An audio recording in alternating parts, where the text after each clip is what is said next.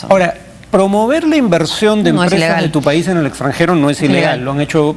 Lo hace todo el tiempo gobernantes europeos, exgobernantes europeos. La pregunta es si cobraba por la actividad, que es de lo que se le ha llegado a acusar. No hay una respuesta clara, pero hay una investigación en curso en torno a ese tipo de temas. Vamos ahora a Colombia. La canciller María Ángela Holguín anunció la entrega de nacionalidad a familiares deportados que nacieron en Venezuela, mientras que el gobierno de Santos informará al Consejo Permanente de la OEA de los maltratos cometidos por el régimen venezolano contra sus compatriotas en la frontera. Queremos que las familias vivan unidas, no queremos fracturarlas. Bajo esa premisa, la canciller de Colombia, María Ángela Holguín, anunció la entrega de la nacionalidad a los parientes de aquellos venezolanos cuyas familias fueron deportadas tras el inicio de la crisis fronteriza. Las personas colombianas casadas con venezolanos, que los venezolanos quieran vivir en Colombia, vamos a dar la nacionalidad colombiana. Nosotros queremos que las familias vivan unidas. Nosotros no queremos fracturar familias. Según un balance de la Unidad Nacional de Gestión de Riesgo de Desastre de Colombia, desde el 19 de agosto unas 1.097 personas han sido deportadas en Venezuela y 7.162 han abandonado voluntariamente el país tras la declaratoria del estado de excepción en el estado de Táchira. Desde entonces, el gobierno de Juan Manuel Santos ha puesto en marcha una serie de acciones para atender la emergencia, que parece complicarse con una serie de denuncias de sus connacionales por atropello y abusos por parte de las autoridades venezolanas. Es por eso que este lunes una delegación colombiana encabezada por su embajador ante la OEA, Andrés González Díaz, presentó una denuncia en el Consejo Extraordinario del organismo con sede en Washington, por lo que consideran un caso grave de violación a los derechos humanos. Pero ahora para nosotros los colombianos, la D, Delta, D, está tatuada con dolor en nuestras almas. Y confiamos que con la inteligencia de todos ustedes podamos explorar y encontrar una salida constructiva, una salida positiva para todos nuestros países. Por su parte, el embajador de Venezuela ante la OEA, Roy Charlton, expresó la posición de su gobierno de no abandonar la crisis migratoria con Colombia por considerar que existe una campaña de desprestigio contra su país. El cierre de la frontera fue decidido por el presidente Nicolás Maduro ante el asalto consuetudinario impune cometido día tras día por irregulares colombianos dedicados a vaciar los anaqueles de los almacenes venezolanos fronterizos, sin hablar de otras partes de Venezuela, para su reventa ilegal en territorio colombiano. Mientras se iniciaron las discusiones por la situación en la frontera colombo-venezolana, el presidente Nicolás Maduro prefirió restarle importancia al drama de los deportados y se embarcó en un viaje a Vietnam y China.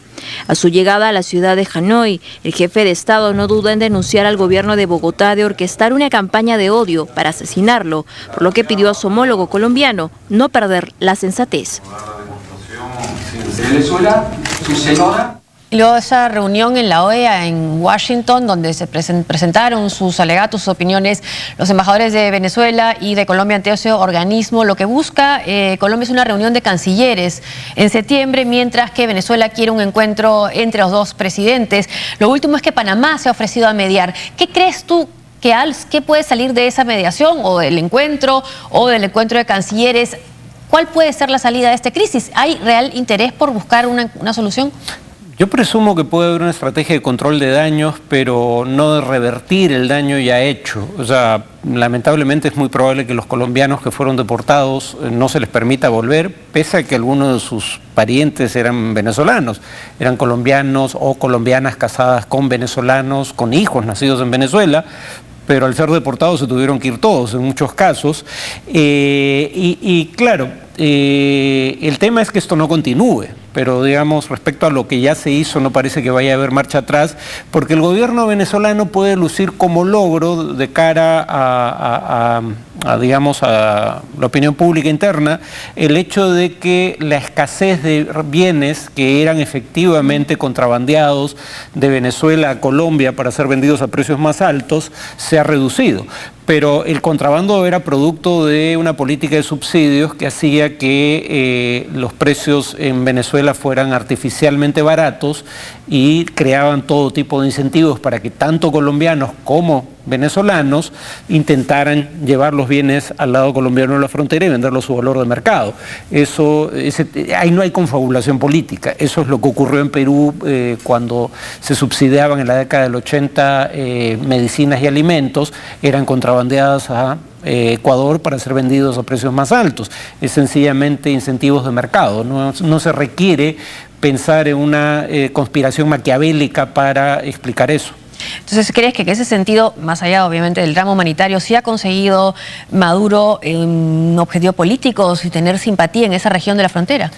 Bueno, y además está bajo estado de emergencia con la posibilidad de que el estado de emergencia en esos 6 distritos, que dura 2 meses, se extienda, pero a su vez que se extienda a nuevos distritos de la frontera, en cuyo caso esto puede ser una fuente de tensión fronteriza que se mantenga hasta después del 6 de diciembre, fecha en la que se realizan las elecciones. Hay que recordar que es una maniobra recurrente del gobierno venezolano asusar el espectro de amenazas externas para tratar de cohesionar el frente interno en coyunturas críticas.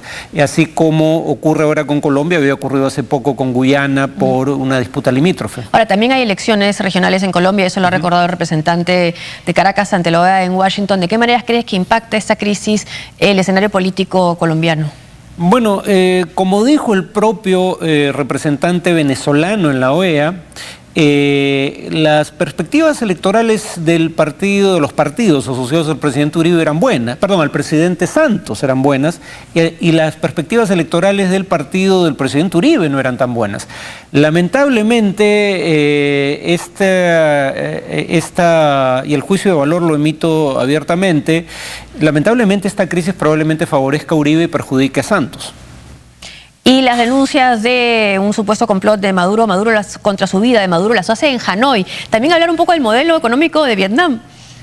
Bueno, pero un modelo basado en el mercado en mucha mayor proporción que el venezolano y en la propiedad privada, aunque también hay empresas públicas en Vietnam.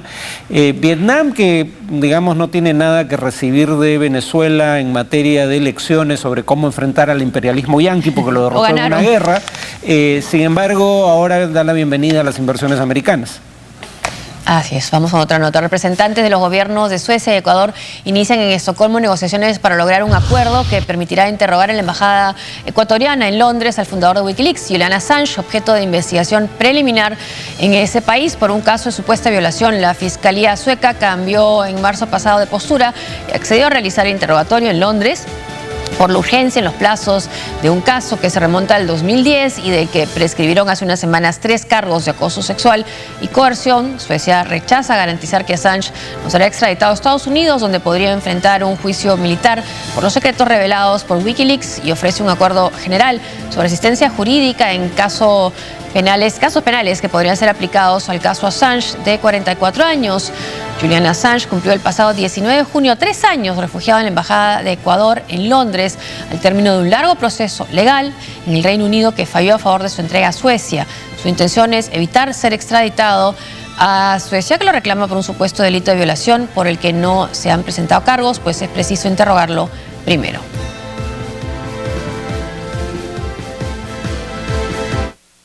La Procuraduría del Distrito Federal informó sobre la captura de Abraham Torres, tranquilino, presunto responsable del multihomicidio en la colonia Narvarte, la capital, en el que murió el fotoperiodista Rubén Espinosa y la activista Nadia Vera el pasado 31 de julio. Según el procurador del Estado, el ex policía Torres, Tranquilino fue detenido en la delegación de Ixtapalapa, aunque ya contaba con antecedentes penales en el 2011, había sido sentenciado por tortura y ejercicio indebido del servicio público, pero obtuvo libertad condicional en octubre del 2012. La detención de esta persona se suma a la de Daniel Pacheco, que cayó primero a pocos días de registrarse los hechos, y ahora las autoridades están tras los pasos de un tercer implicado y no descartan que exista un cuarto sospechoso, pero esto es materia de investigación.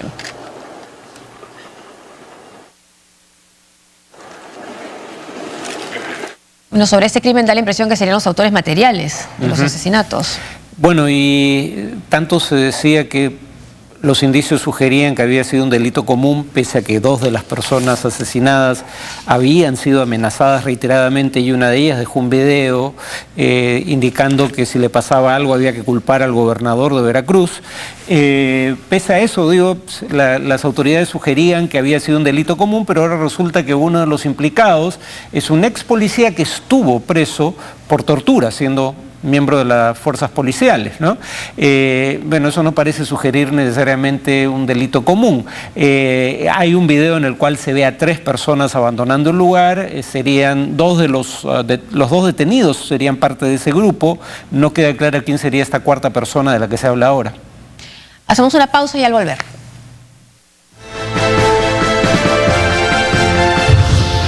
Irán e Israel de acuerdo. Les informamos en qué.